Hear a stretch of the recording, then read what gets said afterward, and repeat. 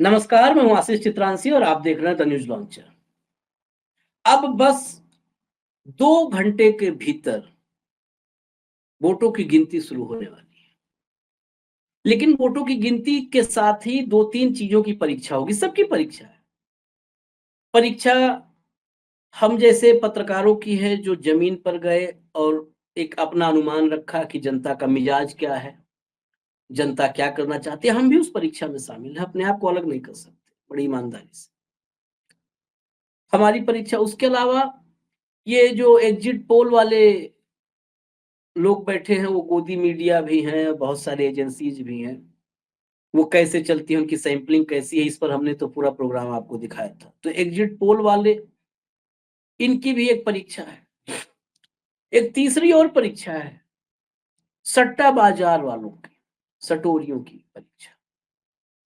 अक्सर ये माना जाता है कि जब एग्ज़िट पोल वाले क्यों फेल हो जाएँ, पत्रकार फेल हो जाएँ, ये सट्टा बाज़ार वाले जल्दी फेल नहीं होते। क्योंकि यहाँ पर इनका बड़ा पैसा लगा होता है मोटा। तो अपने पैसे की हिफाज़त के लिए वो बहुत मेहनत करते हैं ग्राउंड तक। एग्ज़िट पोल वाले तो वो मेहनत कर नहीं सकते, क्योंकि उनको तो कोई न कोई एक मोटिव होता है, पीछे कोई एक होता है कि भई यही रिज़ल्ट चाहिए, यही मतलब साहब को खुश करना है, आका को खुश करना है तो ये दे दो। अब साख वाली का प्रश्न ही और सवाल ही नहीं रह गया है जनमानस के बीच। जब सभी बेशर्मी के अमृतकाल में हैं, लोक लज्जा है नहीं, तो क्या फ़र्क पड़ता है? हमने जो ग्राउंड पर देखा वो बताया, हम आज की भी तारीख में जो मैंने किया था सीट वाइज़, जब पत्रकार साथियों से बात किया था, मैंने कुछ देखा। हरियाणा मेरे लिए एक नई सियासी ज़मीन थी, जो मैं आँका, समझा, परखा, लोगों से बातचीत किया। उसके बाद जिस-जिस जिले में मैं गया, वहाँ के स्थानीय जो पत्रकार हैं, कुछ वरिष्ठ, कुछ युवा, सबसे समझा ग्राउंड पर क्या है समीकरण, और उसको समझ करके मैं अभी फिर रिपीट कर दूँ, अगर हम गलत होंगे, तो हम भी रिस्पॉन्सिबल होंगे। ज़िम्मेदारी से तो हम तो हमेशा कहते हैं कि किसी को भागना नहीं चाहिए। तो 56 57 से लेकर के और 62-64 तक का एक अनुमान, 62 तक का, 63 तक का हमारा है। यही 5-7 के बीच का पॉकेट है, इसी पॉकेट में कहीं। ये हमारा कांग्रेस के लिए अनुमान है। बीजेपी का के लिए अनुमान 20 के आसपास है कि 20 रहेगी, 18 रहेगी, 17 रहेगी, 21-22 हो सकता है, हो जाए। यही अनुमान है। उसको मैंने आज फिर रिपीट कर दिया, क्योंकि जब वक़्त परीक्षा का करीब आता है तो लोग भागने लगते हैं, मुँह छिपाने लगते हैं। हम हमेशा कहते हैं कि भई क्यों हम मुँह छिपाएँ? अगर हमारा अनुमान गलत भी होगा तो हमें तो आपके बीच में रहना है। हम भी एनालाइज़ करेंगे कि भई हमारी कहाँ गलती हुई है।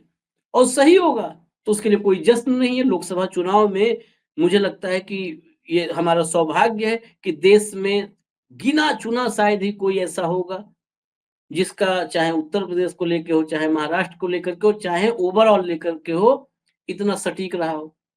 काउंटिंग शुरू हो गई 8 बजे, और 8 बजे काउंटिंग शुरू होने के बाद पहली टिप्पणी उस वक़्त भी हमारी थी कि हम अपने फिगर पर हैं अभी भी 230 पे, 230-35, और आंकड़ा आखिर में वही आया।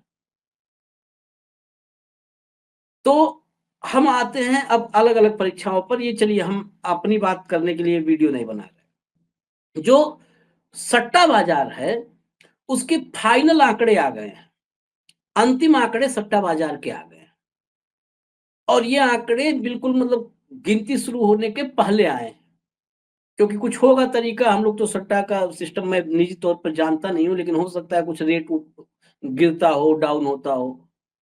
तो सट्टा बाज़ार के जो आंकड़े आए हैं, और वो भी देश के सबसे सबसे देश का जो कुख्यात कह लीजिए या जो भी कहिए उसको आप, फलोदी का सट्टा बाज़ार, राजस्थान में फलोदी।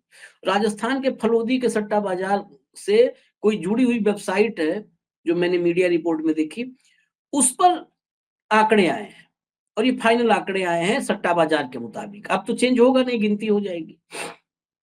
इसमें जम्मू-कश्मीर और हरियाणा दोनों के आंकड़े हैं। पहले मैं जम्मू-कश्मीर की बात करूँगा, फिर हरियाणा की बात करूँगा। जम्मू-कश्मीर में सीधा-सीधा आंकड़े बताते हैं। जम्मू-कश्मीर में बीजेपी को जो दिया है वो दिया है 28 सीट के करीब। एक बार मैं फिर से चेक कर लूं, जम्मू कश्मीर में बीजेपी को जो दिया है वो 28 सीट के करीब दिया है, 26 से 28 सीट, 26 से 28 सीट बीजेपी को दिया है जम्मू कश्मीर में। और नेशनल कॉन्फ्रेंस और कांग्रेस के गठबंधन को 45 से 47 सीट दिया है, 45 से 47। अब जरा एक चीज, जब ये आप आंकड़े देख रहे हैं तो एक चीज ध्यान रखिएगा, 90 की असेंबली है, 46 पे बहुमत है, 46 पे बहुमत है, 45 से 47 यानी कांग्रेस को बहुमत मिलता नजर आ रहा है सट्टा बाजार की रिपोर्ट के मुताबिक। लेकिन इसमें एक ट्विस्ट है, एक पेंच है। 5 विधायक मनोनीत गृह मंत्रालय के सुझाव पर मनोज सिन्हा 5 विधायक मनोनीत कर रहे हैं। ये पांचों जो नाम सामने आए हैं, अभी ऑफिशियल वो दस्तावेज नहीं आया है मुहर और दस्तखत लगा हुआ, लेकिन नाम जो सामने आए हैं ये 5 के पांचों नाम भाजपा के ऑफिस बेयरर्स के हैं, कार्यकर्ताओं के और संगठन में काम करने वाले लोगों के हैं। तो 5 विधायक बिना वोटों की गिनती किए हुए, ये माना जा रहा है, ये चर्चा है कि भाजपा ने बना लिए बैकडोर से, संविधान आइन सबको ताक पे रख के। अब ये 5 अगर आप जोड़ लेंगे, देखिए बिना चुने हुए विधायक शायद पहली बार आप देखेंगे कि बिना निर्वाचित विधायक, जो जिनका निर्वाचन नहीं हुआ है, वो सरकार बनाने में असली भूमिका अदा करेंगे, ये शायद पहली बार आप देखेंगे। अब ये नौबत देते हैं मतदाता की नहीं, तो अगर 5 आप 90 में जोड़ देंगे तो 95 की असेंबली हो जाएगी, और 95 पे 48 बहुमत के लिए जरूरी आंकड़ा होगा, और 45 से 47 दे रहा है सट्टा बाजार। यानी 45 है तो 3 सीटें, 3 विधायक कम, 47 है तो 1 कम, 46 है तो 2 कम, यानी करीब करीब बहुमत के दहलीज पर एनसी और कांग्रेस का गठबंधन खड़ा मिलेगा। पीडीपी भाजपा के साथ दोस्ती का खामियाजा भुगत चुकी है, जम्मू कश्मीर में सफाई के करीब करीब आ चुकी है। तो मुझे लगता है कि अब शायद वो गलती न करे, उसके पास जो भी होंगे वो हो सकता है जाए, और चर्चा यही है कि वो कांग्रेस और नेशनल कॉन्फ्रेंस के साथ जा सकती है, मन बना रही है, कुछ कंफ्यूजन है, और वो कंफ्यूजन भाजपा के सामने तो रहता ही रहता है। कौन सी किसकी फाइल, किसकी कौन सी नस कहाँ दबी है, ये उन्हीं को पता होगा। तो ये तस्वीर है जम्मू कश्मीर की। अब आते हैं हरियाणा पर। हरियाणा में बड़ा साफ मामला है। हरियाणा में 90 की असेंबली है, 46 बहुमत के लिए चाहिए, और जो फलोदी सट्टा बाजार की रिपोर्ट है उसके मुताबिक बीजेपी को 22 से 23 सीटें मिलती नजर आ रही हैं, और कांग्रेस को 59 से 61, यानी 59 से 61, 59 से 61, यानी जो हम कह रहे थे कि 56-57 से 62-63, उसी के बीच इनका पॉकेट और छोटा कर लिया है। ये साहस होता है और छोटा पॉकेट, लेकिन साहस क्या है, यहाँ पर पैसे का खेल है, तो साहस और पैसा सब, जब ब्रैकेट छोटा होगा तो भाव चढ़ेंगे। तो 59 से 61 का बड़ा छोटा सा ब्रैकेट है। खैर हमारा 56-57 से लेके 62-64 के बीच का अंदाजा एक है। तो हरियाणा में फलौदी सट्टा बाजार ने भी एकदम रास्ता क्लियर कर दिया है, कोई किसी तरीके का भ्रम जैसा कुछ है ही नहीं। 2/3 60, 90 में 60, यानी 2/3 बहुमत कांग्रेस को हरियाणा में फलौदी सट्टा बाजार दे रहा है। तो हरियाणा में कोई डाउट नहीं है, मामला फाइनल रिपोर्ट जो थी हमने बिल्कुल मतगणना शुरू होने के 2 घंटे पहले आपको बताई है।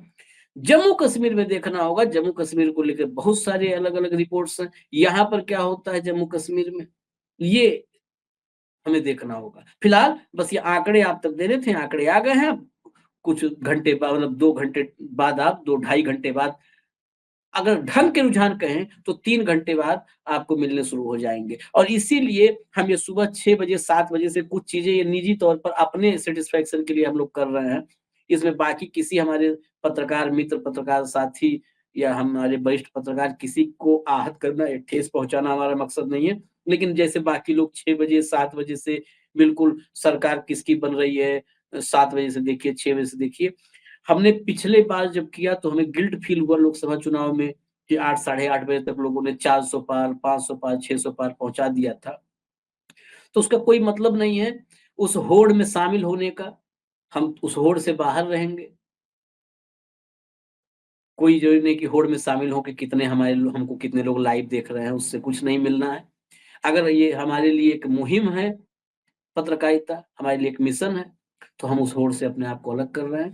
हम आएँगे, लेकिन हम आएँगे 9-10 बजे के बीच में आपके पास, ताकि आपको बताने के लिए, दिखाने के लिए वाक़ई रुझान हो।